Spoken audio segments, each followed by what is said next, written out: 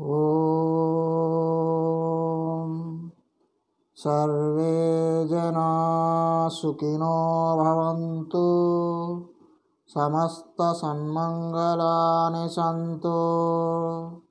असतो मा सद्गमय, तमसो मा ज्योतिर्गमय, मृत्योर्मामृतङ्गमय। ओम शांति शांति शांति। Hi viewers, this is Dr. T. Madhusudana, lecturer in commerce, Government College for Men, Kadapa, Andhra Pradesh.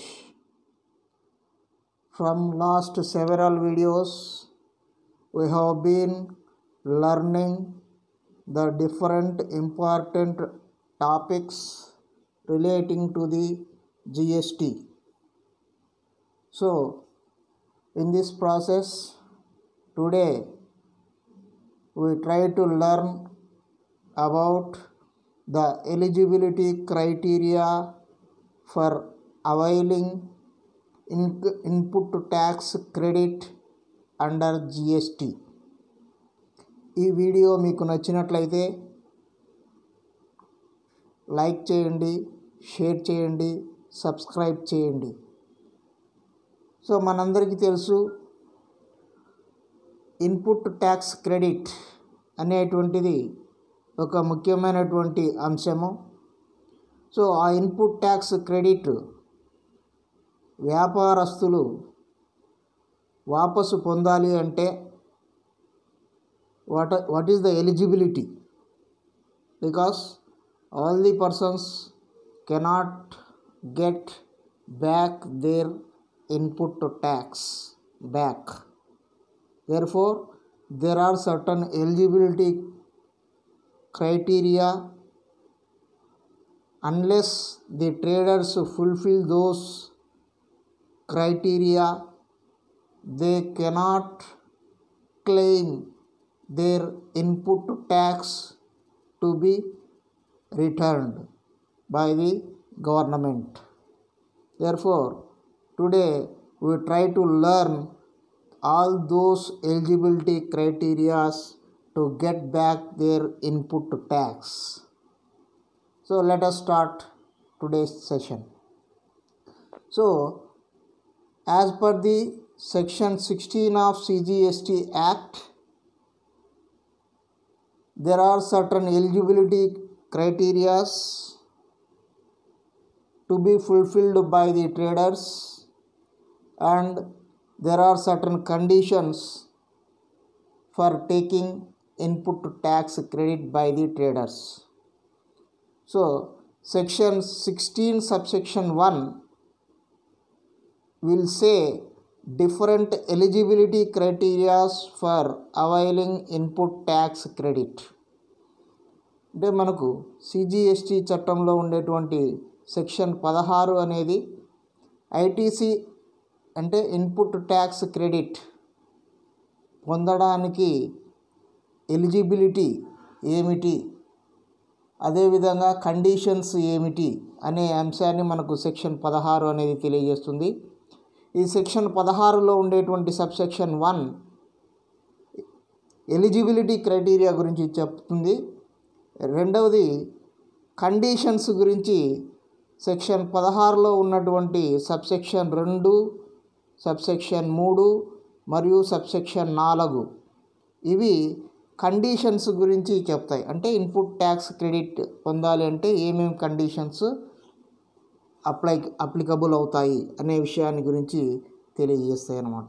So ఈ వీడియోలో మనం ఎలిజిబిలిటీ క్రైటీరియా ఏమిటి, what are the minimum eligibility the traders should have to get back their input tax. So the first foremost eligibility criteria for availing the input tax credit as section 16(1) states that every registered person shall be entitled to take credit of input tax charged on any supply of goods or services or both to him which are used or intended to be used in the course of business or for furtherance of business, but such ITC shall be allowed in the manner specified in section 49 of CGST Act. The said ITC allowed shall be credited to the electronic credit ledger. So మనకు section 16 subsection 1 ఏం చెప్తుంది అంటే ప్రతి ఒక్క registered person shall be entitled to take credit of input tax charged on any supply of goods or services or both of them to him.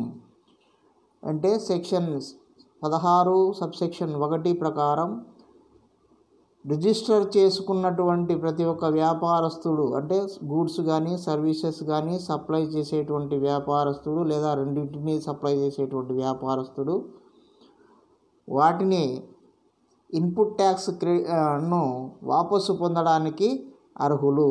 అయితే but such ITC shall be allowed in the manner specified in section 49 of CGST act. అయితే ఆ input tax credit అనేది section 49లో allow చేసినటువంటి విధానంలోనే, అంటే దానికి ఒక విధానాన్ని రూపొందించారు. సో ఆ విధానం ప్రకారమే వాళ్ళు దాన్ని ఇన్పుట్ ట్యాక్స్ను వాపసు పొందడానికి అర్హత కలిగి ఉంటారు. కాబట్టి the said ITC allowed shall be credited to the electronic credit ledger. So ఈ ఇన్పుట్ ట్యాక్స్ క్రెడిట్ అనేది తప్పనిసరిగా వ్యాపార సంస్థల యొక్క ఎలక్ట్రానిక్ క్రెడిట్ లెడ్జర్లోనే క్రెడిట్ చేయబడి ఉండాలి. అది కండిషన్. సో కాబట్టి దీని ప్రకారం మనకు ఏమేమి ఎలిజిబిలిటీ కండిషన్స్ అంటే మనకు number 1 registration under GST. The first eligibility is registration under GST. ఎవరైతే ఇన్పుట్ ట్యాక్స్ వాపసు పొందాలనుకుంటారో వాళ్ళు తప్పనిసరిగా జిఎస్టీ చట్టం ప్రకారం రిజిస్ట్రేషన్ చేసి ఉండాలి. So every registered person shall B entitled to ITC charged on inward supply of goods and or services. This is subject to the provisions relating to use of ITC under section 49 and the conditions and restrictions in the rules. So GST చట్టం ప్రకారం ఎవరైతే registration చేసుకొని ఉంటారో వారు మాత్రమే input tax credit వాపసు పొందడానికి అర్హులు. కేవలం రిజిస్ట్రేషనే కాదు, సెక్షన్ 49 ప్రకారం అంటే సెక్షన్ 49 ప్రకారం కొన్ని కండిషన్స్ అనేవి విధించబడ్డాయి, కొన్ని ఫార్మాలిటీస్ అనేవి విధించబడ్డాయి. సో ఆ ఫార్మాలిటీస్కు లోబడి రిజిస్ట్రేషన్ చేసుకున్నటువంటి వ్యాపారస్తులు మాత్రమే తాము కొనుగోలు చేసే సందర్భంలో చెల్లించినటువంటి ట్యాక్స్ను వాపసు పొందడానికి అర్హత కలిగి ఉంటారు. సో కాబట్టి దీని ప్రకారం ఏముండాలి? Inward supply in relation to a person shall mean receipt of goods or services or both whether by purchase, acquisition or any other means without consideration. Section 2 subsection 67. So వాళ్ళు సరుకులను కొనుగోలు చేసి ఉండాలి, సరుకులను కానీ సేవలను కానీ. ఇన్వర్డ్ సప్లై అనేది తప్పనిసరిగా ఉండాలి. వాళ్ళు ఆ సరుకులు కానీ సేవలు కానీ పొంది ఉండాలి. అవి కొనుగోలు ద్వారా కానీ ఇతరుల నుంచి పొందడం ద్వారా కానీ ఏదో విధంగా వాళ్ళు తప్పనిసరిగా వాటిని వ్యాపారం కోసం పొంది ఉండాలి. తర్వాత registered person means A person who is registered under section 25 but does not include a person having unique identity number. So section 25 ప్రకారం ఆ వ్యాపారస్తుడు రిజిస్ట్రేషన్ చేసుకొని ఉండాలి. కానీ సెక్షన్ 2 సబ్సెక్షన్ 94 ప్రకారం కేవలం యూనిక్ ఐడెంటిటీ నెంబర్ కలిగి ఉన్నంత మాత్రాన అతను ఇన్పుట్ ట్యాక్స్ క్రెడిట్ పొందడానికి అర్హుడు కాదు. రిజిస్ట్రేషన్ సెక్షన్ 25 ప్రకారం తప్పనిసరిగా రిజిస్ట్రేషన్ చేసుకొని ఉండాలి. అంటే రిజిస్టర్ చేసుకున్నటువంటి వ్యాపారస్తుడు కొనుగోలు చేసినటువంటి సేవలు లేదా వస్తువుల మీద చెల్లించినటువంటి ఇన్పుట్ ట్యాక్స్ను మాత్రమే అతడు వాపసు పొందగలుగుతాడు. This is the first eligibility. Next second eligibility is inputs or input services or capital goods must be used or intended to be used by the supplier. So section 16 subsection 1 states that the goods, it is input services and capital goods on which the supplier wants to avail input tax credit should either be used or intended to be used by the supplier for business purposes only. Thus, use or intention to use inputs or input services or capital goods is essential for the purpose of availment of credit. This is the second eligibility criteria. That means వ్యాపార సంస్థలో ఉపయోగించేటువంటి inputs లేదా input సేవలు లేదా మూలధన వస్తువులకు మాత్రమే, అలాంటి వస్తువులను కొనుగోలు చేసే సందర్భంలో చెల్లించినటువంటి ఇన్పుట్ ట్యాక్స్ మాత్రమే వాపసు పొందడానికి అవకాశం ఉంటుంది. అంటే వ్యాపారం కోసం కాకుండా, వ్యాపార అభివృద్ధి కోసం కాకుండా, తన వ్యక్తిగత ప్రయోజనం కోసం వ్యక్తిగతంగా ఉపయోగించుకోవడానికి కొనుగోలు చేసినటువంటి వస్తువులు లేదా సేవలు లేదా మూలధన వస్తువుల మీద చెల్లించినటువంటి ఇన్పుట్ ట్యాక్స్ను వాపసు పొందడానికి వీలు లేదు. This is the second eligibility prescribed under section 16 subsection 1. Okay, this is second eligibility. Next, third eligibility. మూడవ ఎలిజిబిలిటీ ఏమిటంటే the use of inputs, input services, capital goods must be for business use. So రెండవ దానికి ఇది supplementary. GST is essentially a tax only on commercial transactions. Hence, only these supplies that are in the course or furtherance of business qualify as a supply under GST. Resultantly, any supplies made by an individual in his personal capacity do not come under the ambit of GST unless they fall within the definition of business. Okay, so మనము అంటే వ్యాపారస్తుడు కొనుగోలు చేసినటువంటి input goods కానీ, input services కానీ, capital goods కానీ వాటిని తప్పనిసరిగా వ్యాపారం కోసం, వ్యాపార అభివృద్ధి కోసం ఉపయోగించినప్పుడు మాత్రమే అతనికి ఆ వస్తువులు కొనుగోలు చేసే సందర్భంలో చెల్లించినటువంటి ట్యాక్సును వాటిని అమ్మిన తర్వాత వసూలు చేసినటువంటి ట్యాక్స్లో నుంచి మినహాయించుకొని వాపసు పొందడానికి అర్హత లభిస్తుంది.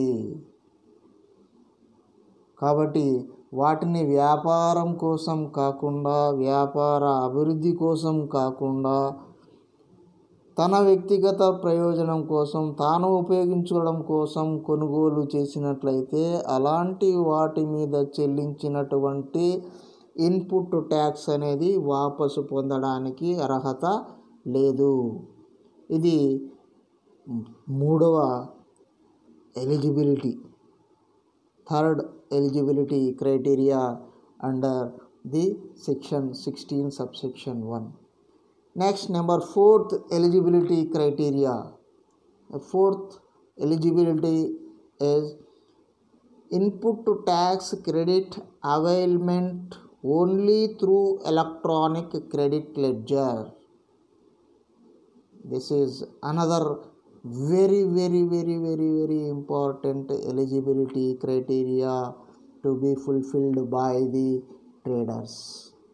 Electronic credit ledger as prescribed in section 49 subsection 2 of CGST or SGST Act shall be maintained in Form GST PMT-02 for each registered person eligible for ITC under the Act on the common portal. Every claim of ITC shall be credited to this ledger. This ledger can be used for debiting prescribed liabilities. It is the responsibility of the registered person to communicate to the proper officer in Form GST PMT-04 in case of any discrepancy in his ledger. So this is another important eligibility criteria. నాలుగవది ఏమిటి? ITC అంటే input tax మనము వాపసు పొందాలి అంటే it is only through electronic credit ledger. Electronic credit ledger తప్పనిసరిగా maintain చేయాలి వ్యాపారస్తులు. ఎక్కడ మెయింటైన్ చేయాలి అంటే మనకు జిఎస్టీలో ఎవరైతే రిజిస్ట్రేషన్ చేయిస్తారో జిఎస్టీ చట్టం ప్రకారం ఆ రిజిస్ట్రేషన్కు ఎవరు రిజిస్ట్రేషన్ చేయాలి అనేది ఎలిజిబిలిటీ అనేది చట్టంలో పేర్కొనబడింది. సో ఎవరెవరైతే రిజిస్ట్రేషన్ చేయిస్తారో వారి పేరుతో వెంటనే మనకు జిఎస్టీ పోర్టల్లో ఒక ఎలక్ట్రానిక్ క్రెడిట్ లెడ్జర్ అనేది ఓపెన్ చేయబడుతుంది. అంటే ఎలక్ట్రానిక్ క్రెడిట్ లెడ్జర్ అంటే ఏమిటి? అందులో వ్యాపారస్తుడు ఎప్పుడెప్పుడు ఎవరెవరి దగ్గర నుంచి ఏ వస్తువులు కొనుగోలు చేస్తున్నారు, ఏ వస్తువుల మీద ఎంత ట్యాక్స్ చెల్లిస్తున్నాడు, సిజిఎస్టీ ఎంత చెల్లిస్తున్నాడు, ఎస్జిఎస్టీ ఎంత చెల్లిస్తున్నాడు, ఐజిఎస్టీ ఎంత చెల్లిస్తున్నాడు, ఈ అంశాలన్నీ కూడా అందులో నమోదు చేయాలి. అంతేకాకుండా మనము సరుకులను అమ్మే సందర్భంలో కూడా మనం అమ్మిన వస్తువుల మీద ఎంత సిజిఎస్టీ వసూలు చేశాము, ఎంత ఎస్జిఎస్టీ వసూలు చేశాము, ఎంత ఐజిఎస్టీ వసూలు చేశాము, అందులో నుంచి మనం చెల్లించినటువంటి మొత్తాన్ని ఎంత మినహాయించుకొని నికరంగా మనకు ఎంత రావాలి, ప్రభుత్వానికి ఎంత జమ చేశాము, ఈ మొదలైనటువంటి లెక్కలు అన్నీ కూడా all these details relating to the tax either CGST or SGST or IGST, input tax and output tax, all the details are to be updated continuously. Unless the trader update his electronic credit ledger, he cannot claim input tax credit.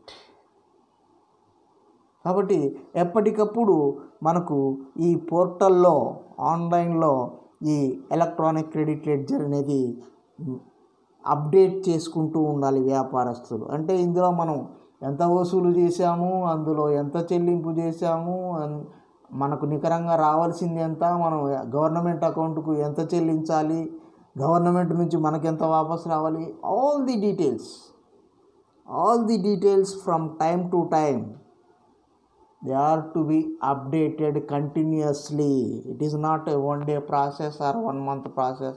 Continuously the traders has to వాళ్ళు నిరంతరము ఆ electronic credit లెడ్జర్ను update చేస్తూ ఉండాలి. Update చేసే విధంగా వాళ్ళ returns file చేయడం కానీ, కన్సర్న్డ్ అఫీషియల్స్కు, ఇవన్నీ కూడా కంటిన్యూగా చేస్తూ ఉన్నప్పుడే మనము ఇన్పుట్ ట్యాక్స్ అనేది మనకు వాపసు పొందడానికి ఎలిజిబిలిటీ వస్తుంది. నువ్వు ఇలాంటి సమాచారం ఏది నువ్వు ఎలక్ట్రానిక్ క్రెడిట్ లెడ్జర్లో అప్డేట్ చేయకుండా నాకు ఇంత ట్యాక్స్ రావాలి, ఇంత నేను చెల్లించాను అని నువ్వు ఓవరాల్గా you cannot claim the government. So this is another eligibility criteria. So ఇక ఎలక్ట్రానిక్ క్రెడిట్ లెడ్జర్లో మనకు రావాల్సింది ఎంత, ప్రభుత్వానికి చెల్లించవలసింది ఎంత, ఎస్జిఎస్టీ ఎంత, ఐజిఎస్టీ ఎంత, సిజిఎస్టీ ఎంత, ఈ డీటెయిల్స్ అన్నీ కూడా మనకు అందులో అప్డేట్ చేసుకుంటూ ఉంటే మనము ఇన్పుట్ ట్యాక్స్ క్రెడిట్ అనేది పొందడానికి అవకాశం ఉందా లేదా, ఉంటే ఎంత ఉంది, మనమే ప్రభుత్వానికి చెల్లించాలా లేకపోతే ప్రభుత్వమే మనకు బాకీ ఉందా, ఇవన్నీ కూడా అప్డేట్ అవుతూ ఉంటాయి. కాబట్టి దీన్ని బట్టే మనకు ఇన్పుట్ ట్యాక్స్ క్రెడిట్ యూటిలైజేషన్ కూడా మనకు అవకాశం ఏర్పడుతుంది. అంటే ఇప్పుడు క్రాస్ యూటిలైజేషన్ అంటారు. Section 49(5) prescribes that the amount of ITC in the electronic credit ledger of the registered person shall be utilised in the following manner. So మనము ప్రభుత్వానికి చెల్లించినటువంటి ఐజిఎస్టీ కానీ, సిజిఎస్టీ కానీ, ఎస్జిఎస్టీ కానీ వాటిని ఏ విధంగా మనము ఎందులో నుంచి దేన్ని వాపసు పొందవచ్చు, ఎందులో నుంచి దేన్ని వాపసు పొందడానికి వీల్లేదు, ఒకవేళ ఏది మొదట పొందాలి, ఏది తర్వాత క్లెయిమ్ చేయాలి, ఇవన్నీ కూడా మనకు సెక్షన్ 49(5)లో వివరించడం జరిగింది. సో దాని ప్రకారమే మనం ఆయా అకౌంట్లలో ఉండేటువంటి బ్యాలెన్స్ను బట్టి మనకు ఈ ఇన్పుట్ ట్యాక్స్ అనేది వాపసు పొందడానికి అవకాశం అనేది ఉంటుంది. కాబట్టి ఈ ఐజిఎస్టీ మనం చెల్లించినటువంటి ఐజిఎస్టీని మనం వసూలు చేసే ఐజిఎస్టీలో నుంచి మొదట మనం వాపసు పొందడానికి అవకాశం ఉంటుంది. తర్వాత సిజిఎస్టీ, తర్వాత ఎస్జిఎస్టీ.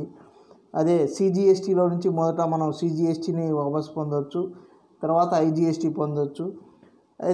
నెక్స్ట్ ఎస్జిఎస్టీలో నుంచి మొదట సిజిఎస్టీని, తర్వాత ఐజిఎస్టీని పొందవచ్చు.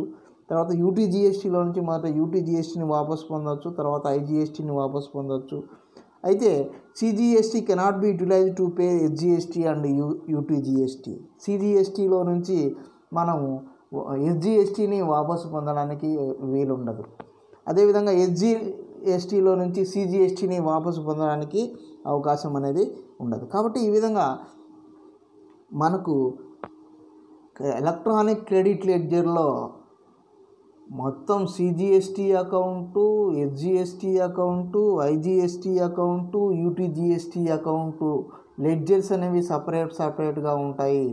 సో ఏ ట్యాక్స్ మనం ఎంతెంత పే చేస్తున్నాము, ఏ ట్యాక్స్ ఎంతెంత కలెక్ట్ చేస్తున్నాము, ఏ ట్యాక్స్లో ఎంత గవర్నమెంట్ అకౌంట్కు పే చేస్తున్నాము, ఏ అకౌంట్లో ఎంత బ్యాలెన్స్ ఉంది, ఆ బ్యాలెన్స్లోంచి మనం ఏది రిటర్న్ వాపసు క్లెయిమ్ చేయాలి, ఇవన్నీ కూడా మనం తెలుసుకొని దాని ప్రకారం మనము రిటర్న్స్ ఫైల్ చేయడం, అప్డేట్ చేసుకోవడం, ఆ విధంగానే మనం క్లెయిమ్ చేసుకోవాల్సి ఉంటుంది.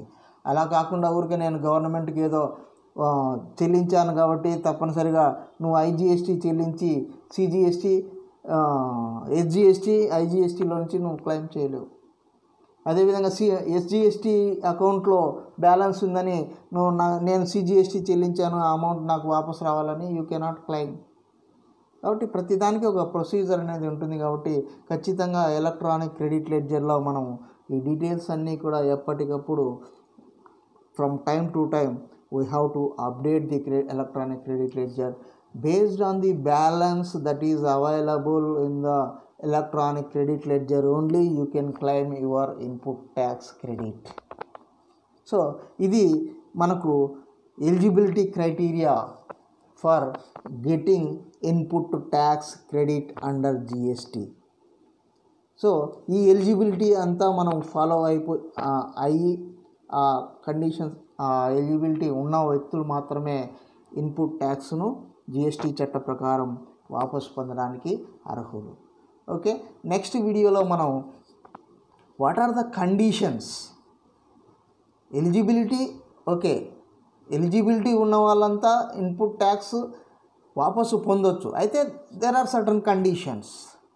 ఆ కండిషన్స్ ఏమి తప్పనిసరిగా ఫుల్ఫిల్ చేయాలి. ఎలిజిబిలిటీ ఉన్నప్పటికీ కూడా ఆ కండిషన్స్ను ఫుల్ఫిల్ చేయకపోతే they are not eligible to get back their input tax. ఆ కండిషన్స్ ఏమిటి అనేది మనం నెక్స్ట్ వీడియోలో తెలుసుకున్నాం. So thank you very much for watching this video, and if you like this video, please like this video, share this video, and subscribe this video. And thank you very much. Thank you for sparing your valuable time for watching this video. Thank you one and all.